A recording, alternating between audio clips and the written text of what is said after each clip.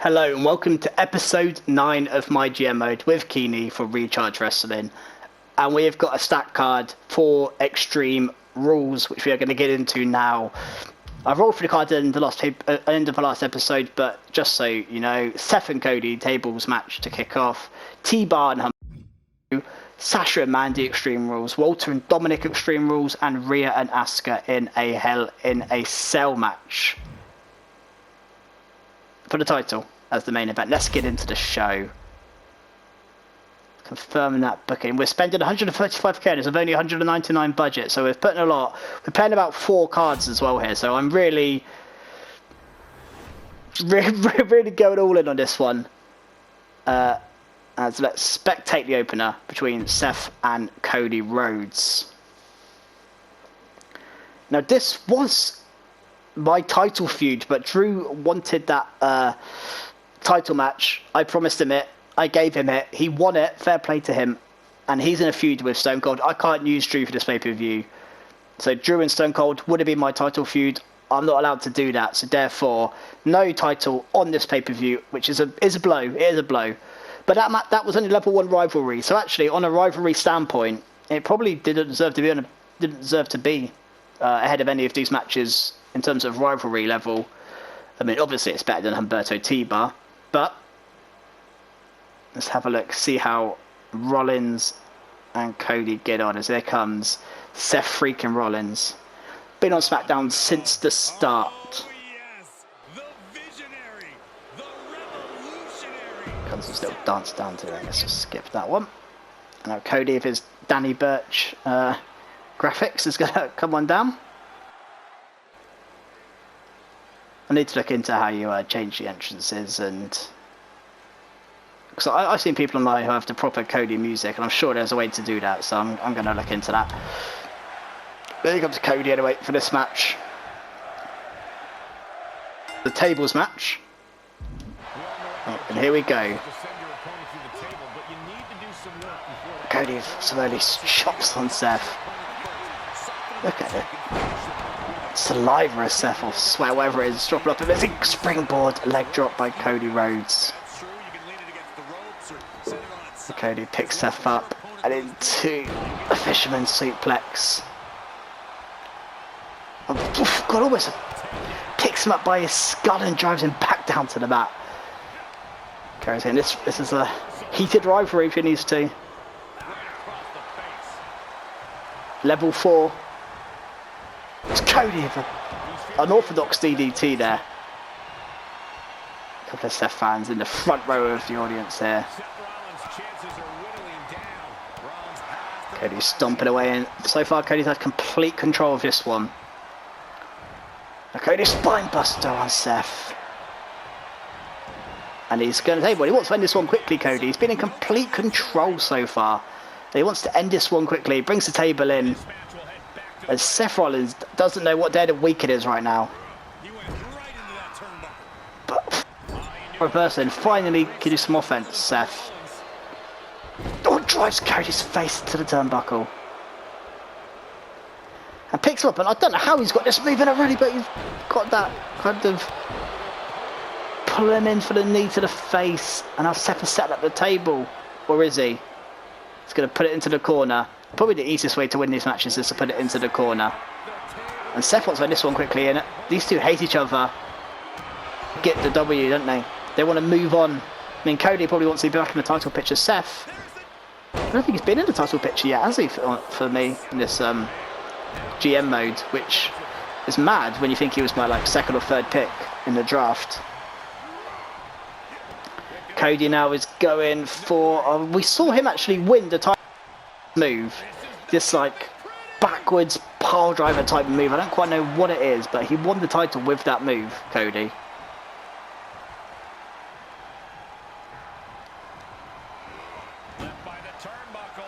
As he drives Seth against the table, and I think we're about to see this one over. Oh no, Seth has reversed. My God, what a reversal, and that was match over if he didn't reverse that, Seth. And again, it goes for that ripcord knee to the face of Cody. And Cody thought he had that. He had Seth up against the table. But Seth got a big reversal, otherwise that was match over, and Cody had to win. And Seth going to try and win this match. No, I think he's going for the stomp there, potentially. Cody now has Seth against the ropes, and he's going to drape him over it, or bats him off into a Falcon Arrow type move there. One of Seth's own moves is Cody wants the second table. One's not enough for Cody Rhodes. So Cody brings the table in. We're down now 2 tables. Is he going to set it up? He's going to go into the corner. Oh no, Seth not letting him put it in there, although it is stood up. Okay. Oh, what's going on here? Seth is going to jump with the table by the looks of it. He's going to push the table onto him. Oh, and Cody got his knees up. I thought the table might have played a part there. As Cody takes Seth down with the table and sets it up. Table's got a crack already in it before it's even had any moves done on it. And Cody drives Seth into it. Cody was very close to. Now, surely Cody with the suplex is going to win this match. Cody Rhodes has beaten Seth Rollins, and his great run on SmackDown continues. Cody Rhodes. What a match. Let's see what rating we've got. That's the most important thing. Cody gets the win. He probably wants to be back in that title picture. I'll say this was meant to be a title match, but Cody gets the win. 4-star and rivalry's complete. 4-star opener. I'm happy with that. Okay, let's sim our way to the main event. Well done, Cody Rhodes. 4-star, rivalry complete. Fantastic. Promo by Stone Cold. Excellent. Up 5 popularity. You can always trust Stone Cold on the mic, can't you? A mid-card between T-Bar and Humberto. T-Bar wanted a pay-per-view match. He's got it. This is a level 4 rivalry, but he's lost to Humberto. Rivalry complete. Yep, 3.5. Wow. To get 3.5-star match out of those two is impressive. McDougal, 5,000 fans, thank you. Sasha and Mandy, we've only got Sasha in a rivalry. Extreme Rules.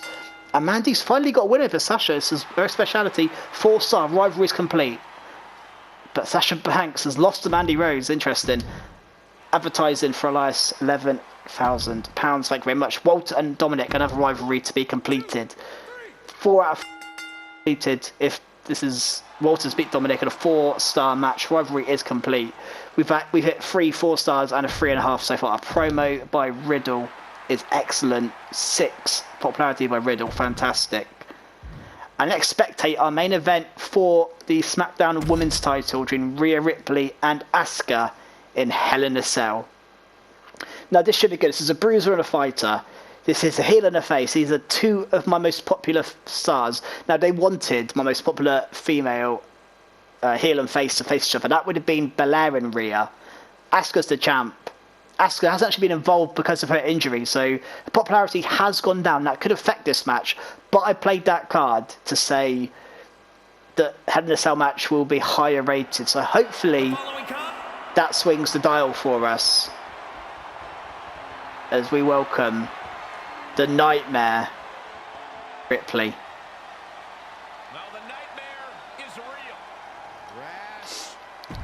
As she wants to become the SmackDown Women's Champion. I mean, I've mentioned it plenty of times. Asuka has dominated the SmackDown Women's division. Belair was champ for a very short period of time. Asuka continues with the belt. Now, we had a title match on SmackDown recently between Asuka and Belair because Belair had a rematch clause. We had to give it to her. That's fine. And I was so... just really wanted Asuka to retain. She did, thank God. I mean, I don't know why I doubted Asuka for a second. That's what it's all for. It's all for the SmackDown Women's title, but we're going to get straight into the match here. Hell in a Cell, Rhea Ripley and Asuka, main event of Extreme Rules. We've had 4 3-stars and a 3.5-star match, and 4 rivalries have been completed at this pay-per-view. Can we make it 5 out of 5? And as long as we get... Now, I want at least 4.5 star. 4.5, I want a 5-star match here, but 4.5 I will accept. Now, obviously I don't know what Raw have booked yet. We'll get to that later as Asuka gets a kendo stick out. I mean, they've got... I don't know how... I mean, someone else, if you know, leave in the comments, how are they not getting injuries? Because their stamina is shocking, and yet they keep putting them in big matches with 12 stamina, and no injuries are occurring. They're putting their top stars. I mean, Brock Lesnar had 12 stamina last week.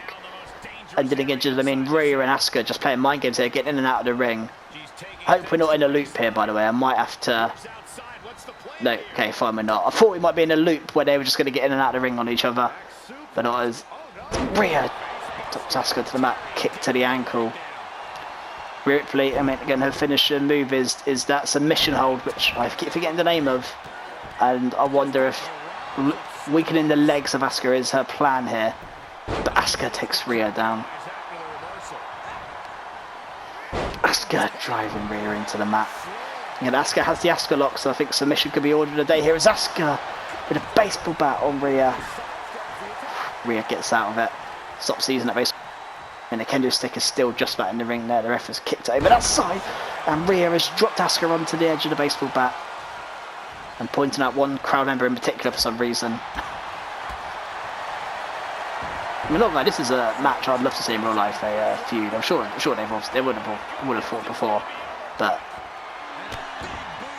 you know, Rhea should be used a lot more in the title picture in real life, in my opinion. Big fan of her. And hopefully, now she's turned heel, she will be.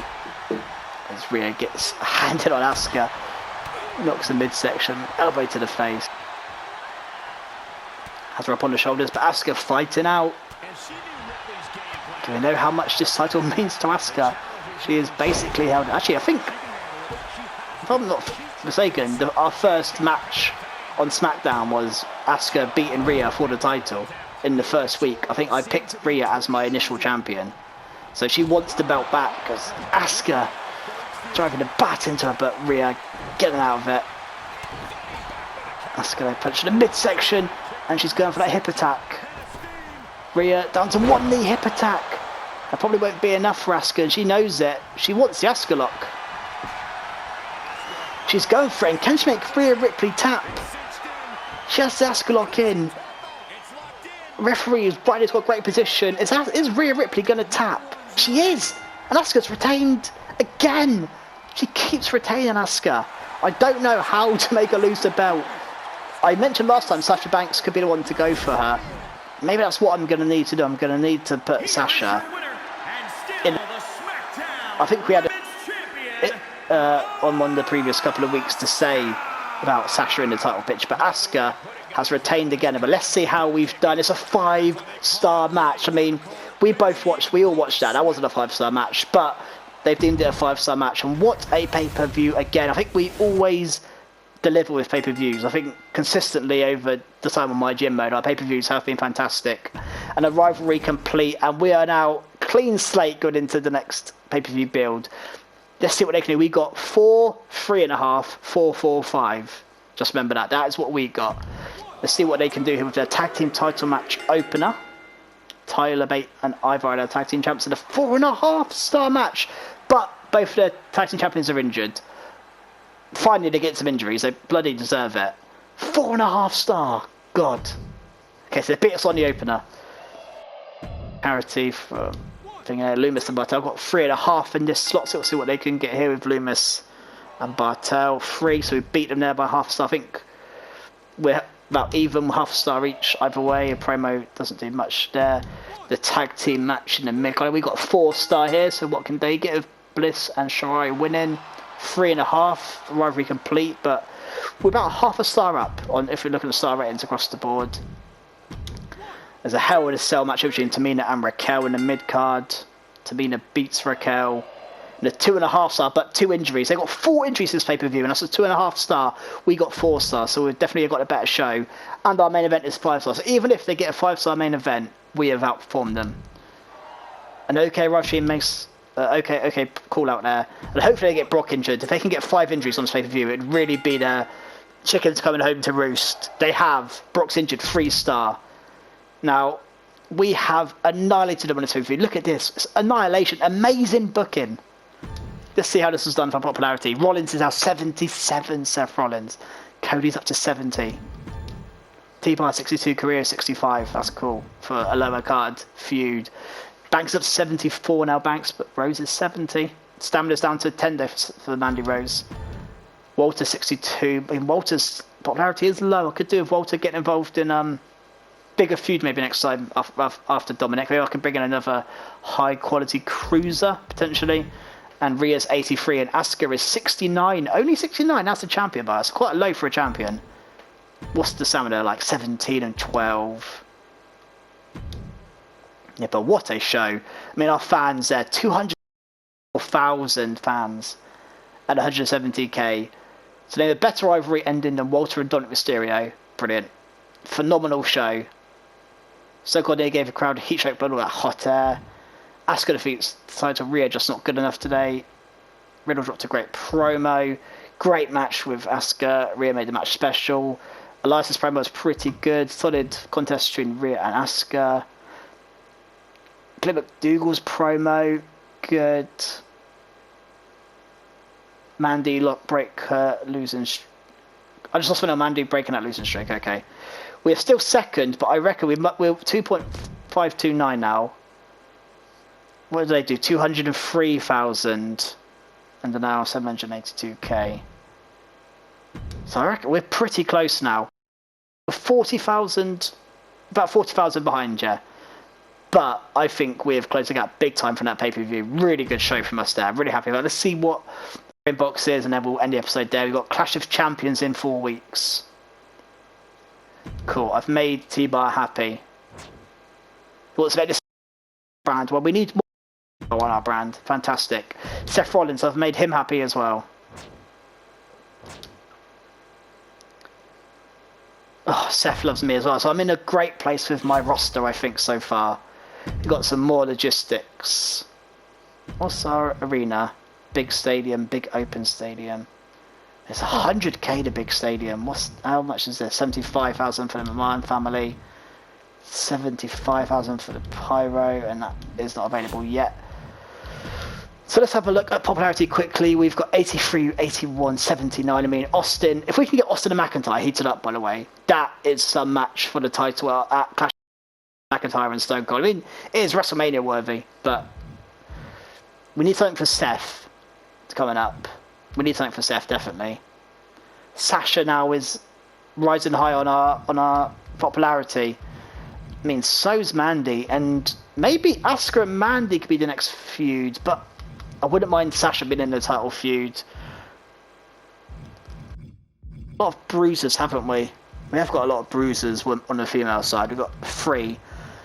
Riddle 70. Riddle's moving up. Cody, Belair. I mean, Asuka is very low for a champion now. I'm quite concerned by that. I mean, Dakota Kai has been forgotten about a bit. I do feel a bit sorry for Dakota Kai amongst all this.